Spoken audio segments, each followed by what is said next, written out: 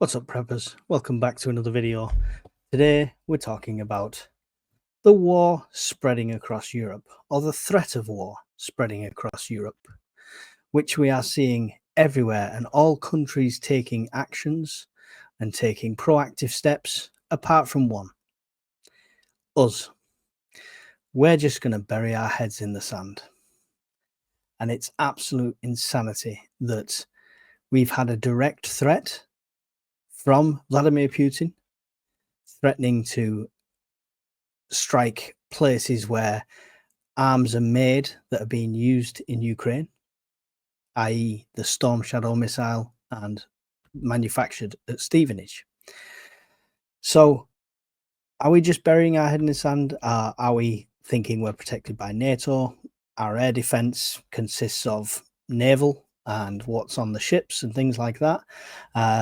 I don't think we have any American air defense assets in the country at the moment, but it just feels like the citizenship of this country, the people of this country, are just being left in the dark. And where every other country is taking some sort of proactive step by producing leaflets, producing lists of potential shelters, reopening shelters, building new ones. These are happening all over Europe, these different actions, and we're doing nothing about it. Germany have just announced a list of things that can be used as bunkers, like underground locations, and they're also starting to revive some places like that. We're going to look at Sweden, and I've not memorized this, so I apologize if I don't look you in the eyes while I'm doing this. But we're going to read through the pamphlet together and have a look at what it says. So this is it, and this is in case of crisis or war. Now, this has obviously been translated, but this is the Swedish version. Usual intro, we live in uncertain times kind of speech addressed to the citizens of Sweden. And here on the 5th page, it's actually saying that their biggest threat is war. War, the ultimate threat to our freedom.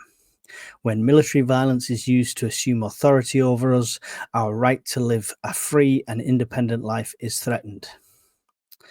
So there's all sorts of different, it mentions everything else. There's other ways besides armed conflict to influence and undermine society: cyber attacks, disinformation campaigns, terrorism, sabotage.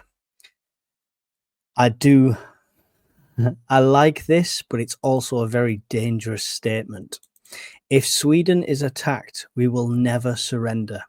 Any suggestion to the contrary is false. It's a nice sentiment to say we will never surrender. But when it comes to the crunch, when you're under that cosh, your hand might be forced. And to tell your citizens to ignore it if you do could put you in a difficult situation. However, depending on your thinking, that's a good statement. It's a bad statement, depending on how you think about that. As we move on through the leaflet, there is mentions of taking courses, telling people they can join voluntary defense organization that has specific duties within Sweden's total defense system. Sounds like they've got great civil defense service there all set up, something we don't have anymore. Complete a course in emergency CPR. Everyone should try and get some sort of medical course. Lots of workplaces do them for free. Lots of sports authorities do them for free or as part of your coaching. So if you can get on one of them, do it. It's a great prep to have. Knowledge is power. Donate blood if you can. Always good to have a backstock of blood if you're expecting war. And talk to other people about the local community about how to strengthen your collective preparedness. For example, with neighbours, block of flats, or residential area. Basically, encouraging mutual assistance groups. I mean, please, UK government, take a leaf out of Sweden's book. Wow. It goes on to speak about Swedish defense. I'm not going to go through the whole thing about their military defense, civil defense, and NATO. Talks about a heightened state of alert. total defense duty. From the year you turn 16 until the end of the year you turn 70, you're part of Sweden's total defense and required to serve in the event of a war. So basically saying anyone can be called up at any time, which should be a given. Should be a given. I'm not like a big supporter of conscription and things like that, but if it's total war, that should be a given anyway. We'll skip past, they talk about their different warning systems. Of course, in the UK, we don't really have the sirens anymore, I don't think, apart from around certain chemical plants and things. I've heard them at ICI plants in the northeast. But we do have the alert system on mobile phones. Some people do, because you had the option of turning it on and off. But if you remember not so long ago, they had that test where everyone's phone went off. So we do have that kind of alert system, but other than that, we don't. It goes on to talk about types of protection. And this is very duck and cover, kind of take some with a pinch of salt, because it says rudimentary protection is an outside in a pit or a ditch. You are just preparing yourself to be buried in that case. In a tunnel next to a wall, indoors in a room without windows. That would probably be my first one. In a central location of the house. That's number one. I wouldn't try and lie in a ditch. You know, obviously, if there's a big flash and something comes towards you, you're going to try and hide wherever you can. It's just human instinct. But as far as protection goes, it's not going to be great. Cellars, garages, or below ground metro stations are next, which is obviously great. We don't have a lot of cellars in this country, but if you've got one, bonus. If not, try and look up your nearest church, because they usually have an underground basement. Pubs even have a cellar. So there's different options there. And then the last one on their thing is a civil defense shelter. And of course, guess what? We have none of them active. Or if they do, we're not being told about them. Now, the key for takeaway from us is they've got this home preparedness section, which covers water, of course, which is get water storage containers or buckets with lids for collecting water. So even if you're not storing all the water, if you've got a bucket of water, if you've got 3 or 4 buckets stacked inside each other, it's not going to take up any extra space. And then if there's an option to go and collect water from a water source or from an emergency source, you've got them extra buckets there. So worth getting, because it's something you can stack up and they take up next to no space at all. Buy bottled water or fill up storage containers. Store water in a dark, cool place. Check if water tastes or smells unusual once or twice a year. Change the water when necessary. What they don't say is you need to move the water. Okay, so agitate it. So every so often, every month or so, whenever you check your preps regular, just get them bottles of water, turn them upside down, and then back on the face again, stand them again. Just keep it moving all the time. So that's a good check you can do. Once or twice a year is quite vague, but again, trust your own senses. And the last point says, if you're unsure if water is safe to drink, boil it until it comes to a rolling boil. I would always advise this, also using Berkey filters, any sort of Sawyer Mini, any sort of water filter. Filtering your water is key. Especially if you don't know if it has been contaminated, depending on where the source of the water originally is. Next, they go on to heat. So warm, all-weather outdoor clothing, clothes made of wool, thick socks, beanies, gloves, and scarves. So basically any winter wear. So don't just throw it off into your winter wardrobe. That stuff needs to be somewhere you can get to it. It's a lot easier to heat an individual than it is to heat a large space. So at points to keep warm, you want to be dressing warm, especially covering your head, rather than trying to heat up an entire room. Sat there in your shorts and t-shirt trying to warm up the room with a little heater. It's not a good idea. So winter clothing, very essential. And wool stuff, really warm, really durable. Blankets, sleeping mats, and sleeping bags. Probably think about this even if you don't bug out. A sleeping bag is great, especially when it's like a 4-season one, because if you are in a colder environment, to get into a sleeping bag, your body heat is then warming you up as well. So even if you're bugging in, having sleeping bags on hand is a really good one. Alternative heat sources that don't require electricity, for example, gas or a paraffin heater. So, I mean, they're emphasizing the point that the power is probably going to be out because military and infrastructure is going to be the first targets in anything like this. So think of no power first. Just remember, when you're using gas or paraffin, if you're in an enclosed space, you've got to think about the fumes, carbon dioxide detector, anything like that is always good to have, but try and ventilate any sort of heating using like that. They also mentioned candles, tea lights, and fuel for heat sources, matches, fire starters, and a fire extinguisher. So all the ways to start a fire, make sure you've got a way to put it out again, just in case. I've got several extinguishers. I've done videos on them in the past. Just make sure you're well prepared with that.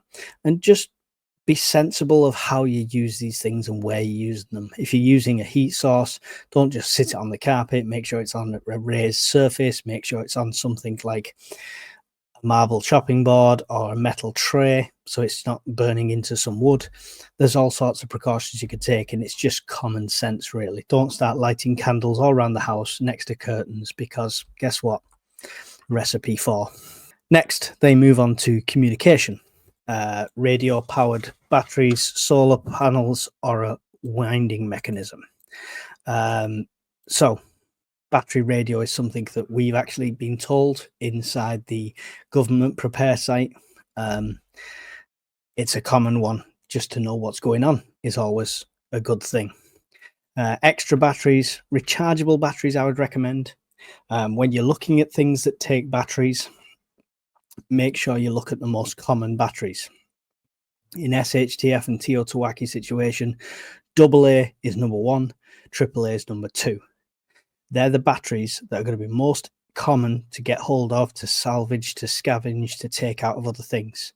So any sort of radio, heat source, anything like that, anything that's using batteries, make sure that's them type of batteries, because you want to be able to replace them if you have to. Also, rechargeable batteries. I've got 2 rechargeable banks that can run off a solar panel, so I can recharge rechargeable batteries purely off solar power. So just think about longevity with it, not just batteries to last until they're dead, because you can't nip to Tesco and get a few more.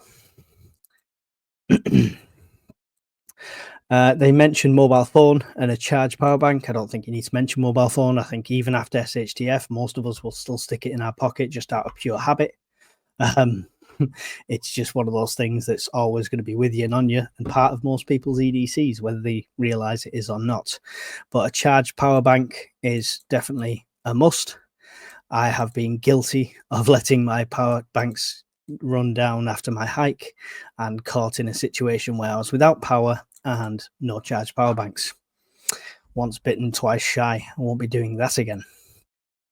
Phone charger for a car, they mention. I mean, you should always have an assortment of cables anyway. Important phone numbers written down on paper. Now, this is a good one. Important numbers written down on paper.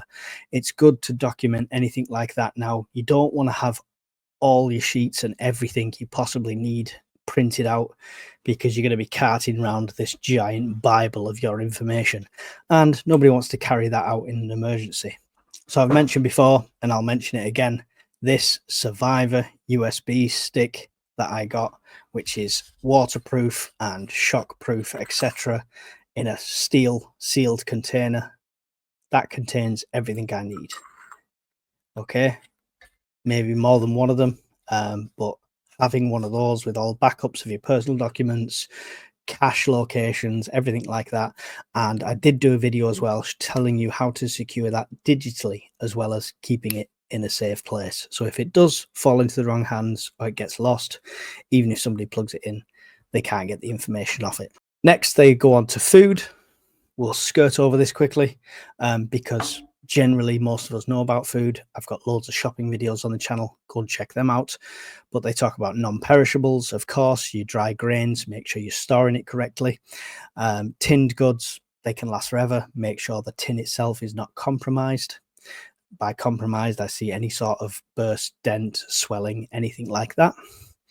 High protein dried or tinned meat and fish, they mention. Great one to have. Again, think about your storage. They talk about high fat, which is cooking oils and things like that. Energy boosts, jam, chocolate, honey, protein bars, anything like that. High sugar, high energy. You might need it to get out. You might be bugging out or having to get out of a situation quickly. You might have to eat on the go, and you might need that extra calories, that extra energy. So it's a good one to have, especially in the energy boosts kind of thing, is a good one to have, especially in a get home bag or a bug out bag. Drinks, of course, tea, coffee, etc. They do mention milk on there. Now, obviously, fresh milk is going to be out the window when it comes to refrigeration. Depending on the climate you're living in or where you're living, you might be able to have it outside in some snow, but milk in general is not going to stay fresh very long without any power. So think about your milk alternatives and your dried milks and things like that, if that's one of the things you need to stock. And of course, any special contingencies, they mention food for children, which is gruel, infant formula, oatmeal, and baby food. If you do need that, if you've got a child of that age, make sure that is stocked up enough when you know they're going to move on, because we don't need a 10-year supply of baby food, because by the time that runs out, the kid's going to be 10. He's not going to want baby food. All right. So just think about how long you need that for, and you have that amount in or close to that. So that's it. Generally, they talk about currency. Cash is king, as we know. Always good to have a bit of cash on you.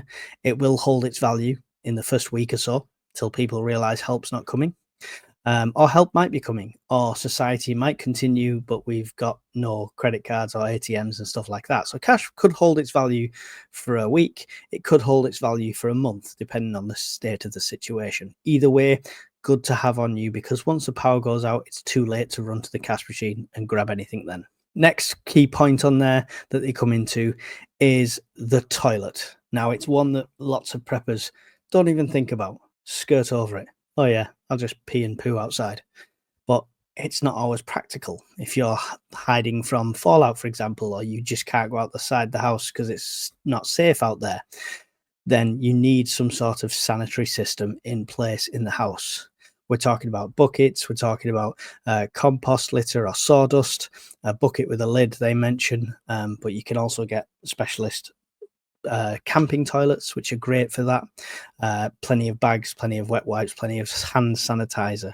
Keeping that clean, keeping that area disinfected and away from anywhere you're eating and stuff is going to be key.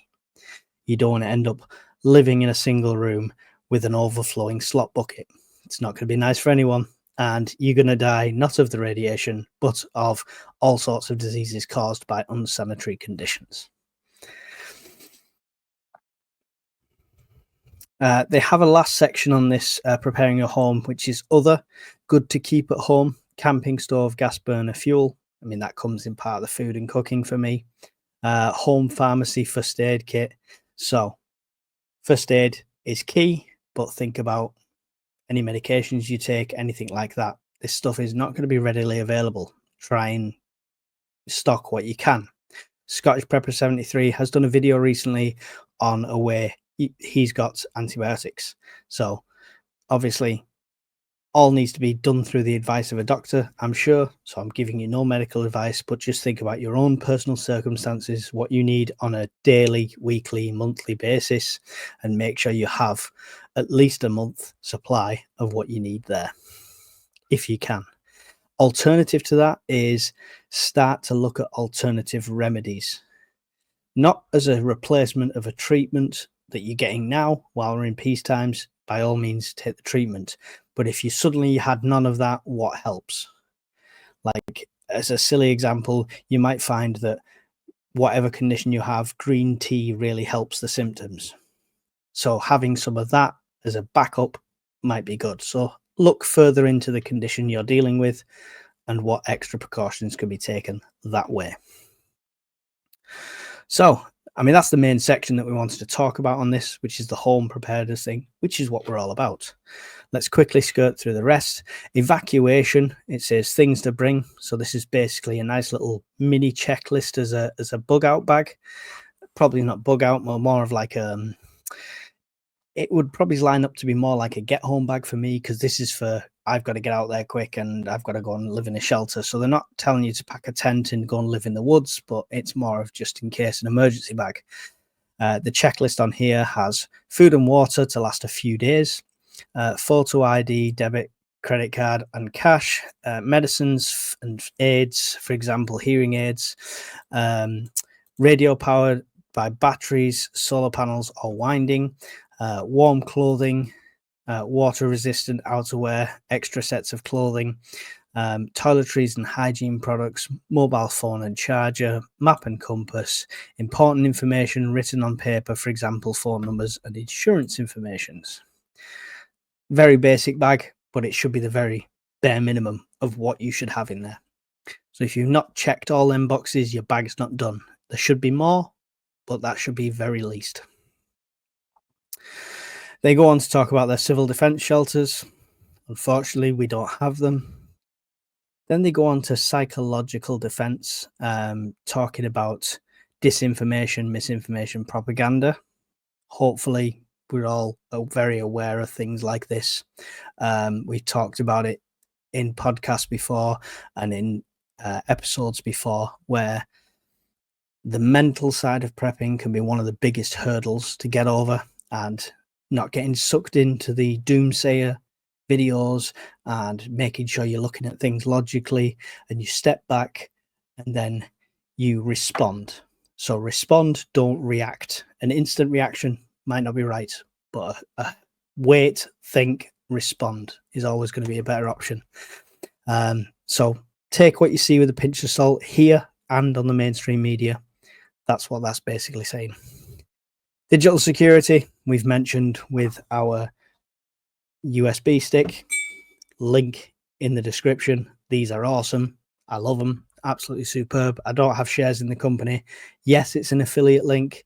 Yes, I might make about 3 pence if you buy one. Wonderful. That's not the point. I don't care where you buy them from. These Survivor Stealth USB sticks are awesome.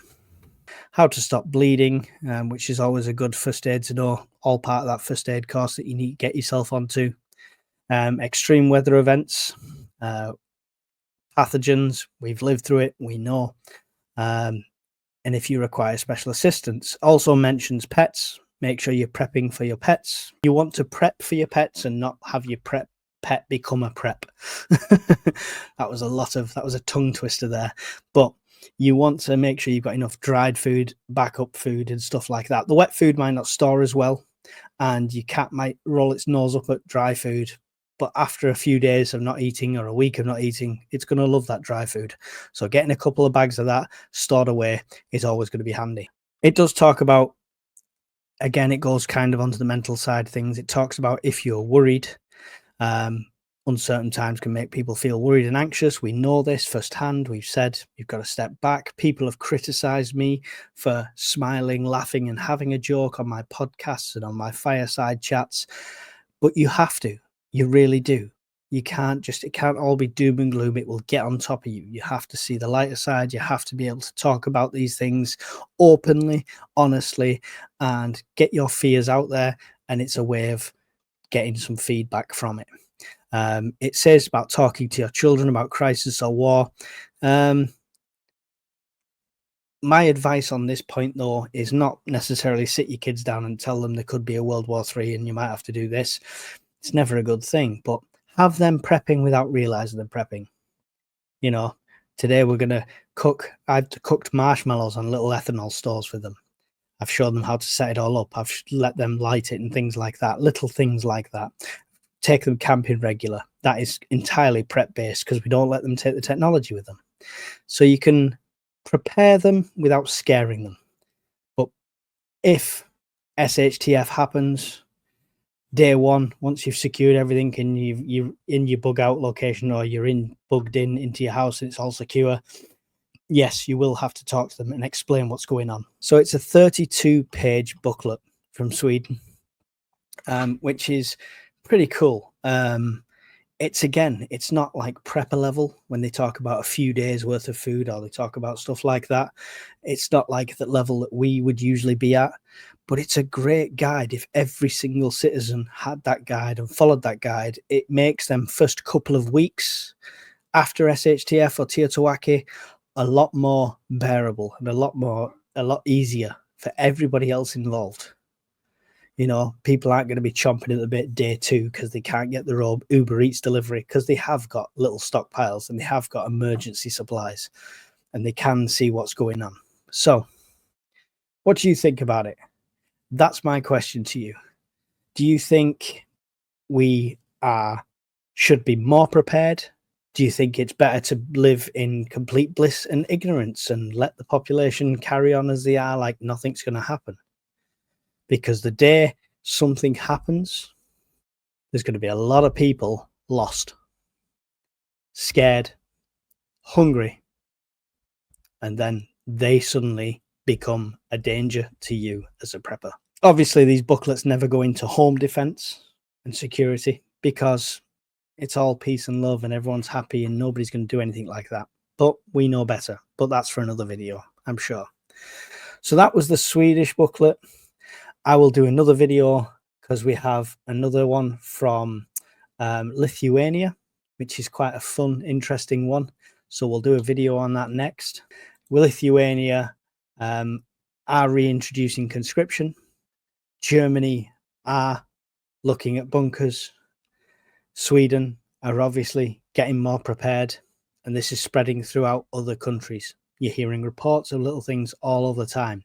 But here in the UK, we are burying our head in the sand. Brexit aside, let's start listening to our European neighbours and looking at what they're doing and maybe thinking we should potentially be doing the same. If you've got people, friends and family who aren't preppers, who you'd like to be more prepared, maybe point them in the direction of this leaflet and other videos like this. I'll link the leaflet below, the translated English version, and you can have a look through in your own time. Thanks for watching the video, guys. Like I say, there's more information coming on the different countries and what they're advising. Hopefully, by the time we've gone through them all, we can produce our own UK leaflet that maybe the government will take on board. Thanks for watching, guys. Hit the like button, hit subscribe if you're new. It's completely free. Leave a comment below, and I will see you all in the next video. Goodbye.